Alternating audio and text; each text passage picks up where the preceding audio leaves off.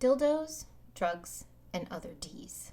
Written by Christina Curtin, May 28th, 2024. Family came to visit this past weekend to celebrate Evie turning 4. Vince's mom, aunt, and sister all flew down from Pittsburgh to stay with us. We really didn't do anything substantial while they were here, mainly because Scarlett wanted to go to school every day like a nerd, even though it was her last week of school.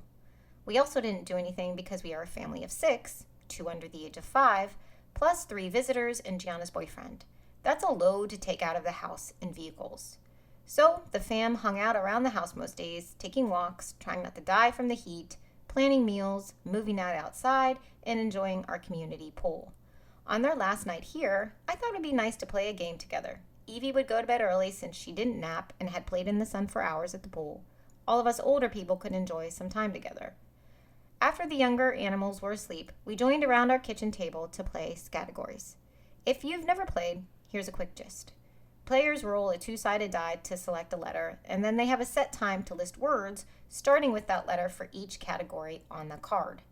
Players can score points for unique answers not duplicated by others. The categories vary on each round, and creative thinking is encouraged. Example, in round 1, some of the categories were a boy's name and things you plug in. If we rolled the letter B, we'd have to come up with answers to those categories. Bobby and a blow dryer would be 2 answers. You want them to be unique because if someone writes down the same answer, you don't get a point. My immediate family has played this game before, but no one else had. It was fun introducing them to it. The disappointment of having a duplicate answer, the reluctant compliment you give someone else when they list a great answer while your line was blank because you couldn't think of a damn thing. The sheer pleasure you have when you come up with a likely genius answer and no one else thought of it. Like the category was things that grow, and we all listed plants like carnations and whatnot, while Vince's sister wrote cyst. Damn, girl, that was fire. These are all common occurrences in the game's categories. It's likely supposed to be a good, old-fashioned, wholesome game to play with family members who can read and write. Well, not in my household. While most answers were innocent, we had a handful of times where the answers had me questioning my parenting skills thus far. Let's do a quick rundown, shall we? Category, things in a medicine cabinet. Letter M. Most of us wrote medicine. So unique, right? Scarlett, my 12-year-old daughter, wrote meth. Welp, you get a point for that one, my dear, because no one else thought of that. Category, things in a college dorm. Letter D. I wrote Doritos. While they are a little pricey for a college kid's budget, I think it was valid. But obviously, my college experience will not compare to my children's because both Scarlett and Gianna wrote dildoes. Both. What the fuck? My sister-in-law wrote drugs. So again, I am the lame one in the bunch over here stuffing my face with addictive chips while the rest of these ladies are having a grand old time. Category, things you shout. Letter T. I wrote touchdown. Scarlett wrote tiny titties. Child got double points for that answer too. Category, things that are round. Letter M. Me, I wrote mangoes. Scarlett wrote mom. What an asshole. Category, crimes. Letter J. I wrote jailbreak. Gianna wrote jacking up a car, and we'll accept that. Scarlett wrote jurisdiction. When asked why she put that, she said, I don't even know what that is. I just remember the word from my civics class, and it started with a J, so I put it.